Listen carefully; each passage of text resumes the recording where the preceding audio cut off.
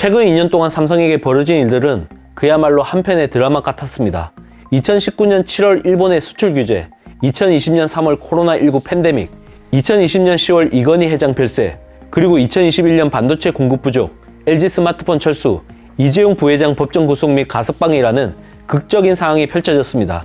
다가올 50년을 준비해 미래 세대에 물려줄 100년 기업이 되자라는 삼성전자 창립 52주년 기념식의 메시지는 그 어느 때보다 강한 어조로 위기의식을 강조하고 있었습니다. 미국과 중국의 치열한 글로벌 패권 경쟁으로 대내의 불확실성이 확대되면서 아슬아슬한 줄타기를 하고 있는 삼성인 만큼 존망의 위기에서 벗어나고자 안간힘을 쓰는 모습이 여실히 느껴집니다. 갤럭시 노트 7 배터리 폭발 사고 이후 5년 만에 이루어진 삼성전자의 경영 진단만 봐도 작금의 위기를 심각하게 받아들인다는 방증이 아닐까 싶네요. 갤럭시 Z 폴드 3와 플립 3의 선전으로 삼성 갤럭시는 일단 급한 불을 끌 수 있게 되었습니다. 영업이익 10조를 달성한 반도체에 비하면 다소 초라하지만 갤럭시가 주력인 IM 부분은 매출 28조 4,200억 원, 영업이익 3조 3,600억 원을 기록함으로써 전분기 대비 실적이 개선되어 분위기 전환에 성공했습니다. 하지만 마냥 기뻐할 수는 없습니다. 왜냐하면 폴더블 폰은 아직까지 모바일 시장에서 대세라고 할 만한 위치에 올라가지 못했기 때문이죠.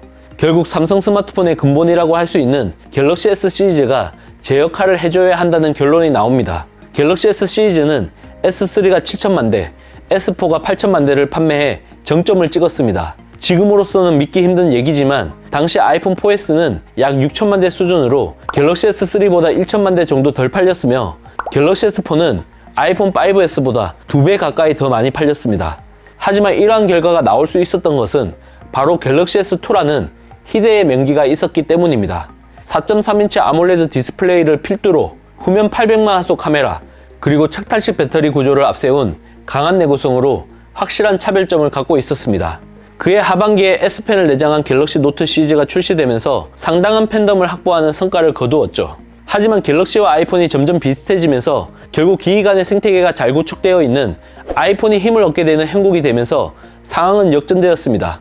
통화녹음과 삼성페이를 제외하면 사실상 내세울 만한 차별화 요소가 없어진 것이죠. 불안해진 시장 입지를 제고하기 위한 수단으로 결국 갤럭시 노트 DNA를 갤럭시 S에 이식하는 결정을 내릴 수밖에 없었던 것입니다. 갤럭시 S21 울트라는 단순히 S펜을 지원하는 수준이었지만 내년 초 출시 예정인 갤럭시 S22 울트라는 마치 노트 시리즈처럼 S펜을 수납할 것이라는 게 기정사실화되고 있습니다. 최근 존 프로서가 운영하는 IT 매체 프론트 페이지 테크에서 갤럭시 S22 울트라로 추정되는 실물 사진을 공개해 상당한 파장을 불러일으키고 있습니다. 삼성전자 무선사업부 출신인 BPD 입장에서 봤을 때 일명 도시락이라고 불리는 시료가 아닌 외관 디자인을 적나라하게 보여주는 실물이 통째로 유출되었다는 게 잘 믿겨지지 않습니다. 사진 속 기기에는 촬영, 판매, 유출 금지 등 기밀사항 스티커가 붙여져 있는데 유출자를 식별할 수 있는 홀로그램 표식이 없다는 점도 결국 외부 파트너를 통한 유출의 무게가 실립니다. 잘 만들어진 페이크일지 아니면 진짜 유출인지는 결국 시간이 해결해 줄 거라고 봅니다. 갤럭시 S22 울트라로 추정되는 제품의 전면을 보면 이번에도 평평한 플랫이 아닌 라운드 처리가 된 엣지 디스플레이가 적용되었습니다. S펜을 탑재하는 공간은 하단 좌측에 위치하고 있는데 이는 우측에 측면 버튼과 볼륨 버튼을 배치하는 갤럭시 조작부로 인한 제약이라고 보시면 됩니다. 후면에는 마치 LG 벨벳을 보는 듯한 물방울 형태의 카메라 디자인이 적용되었습니다. 지난 영상에서 살펴본 예상 렌더링 이미지처럼 카메라 섬이 사라지고 렌즈가 바로 배치되어 있는데 S펜 수납과 함께 필연적으로 발생하는 무게 증가를 회피하겠다는 의도인 것으로 보입니다. 전작 갤럭시 S21 울트라에 228g보다 가볍게 구현함으로써 아이폰과의 차별화를 깨하겠다는 게 삼성의 속내인 거죠. 후면 카메라는 메인 1억 800만 화소, 초광각 1200만 화소, 3배 및 10배 듀얼 광학줌을 지원하는 망원 1200만 화소, 레이저 AF 센서, 그리고 플래시로 구성되는 것으로 예상됩니다. 전면 카메라는 아직까지는 미완성 기술로 평가되는 UDC를 가감히 포기하고 화질에 집중해 갤럭시 Z 폴드 3와는 방향성을 달리할 것으로 보입니다. 또한 존 프로서는 2월 8일 사전 주문을 받은 후 2월 18일 출시할 것이라는 전망을 덧붙였는데 출시 초반 실적을 높일 수 있는 금요일을 디데이로 택할 가능성이 큽니다. 같은 달 28일 개막되는 MWC 2022를 통해 한 번 더 주목을 받아 홍보 효과를 극대화하겠다는 의중이 담긴 것으로 추정됩니다. 정리하자면 갤럭시 S22 울트라는 아이폰과의 차별화를 최우선적으로 강조한 모델이라고 할 수 있겠습니다. 첫 번째, 엣지 디스플레이. 두 번째, 와콤과 S펜 수납. 세 번째, 물방울 카메라 디자인. 네 번째, 상대적으로 가벼운 무게가 있겠습니다.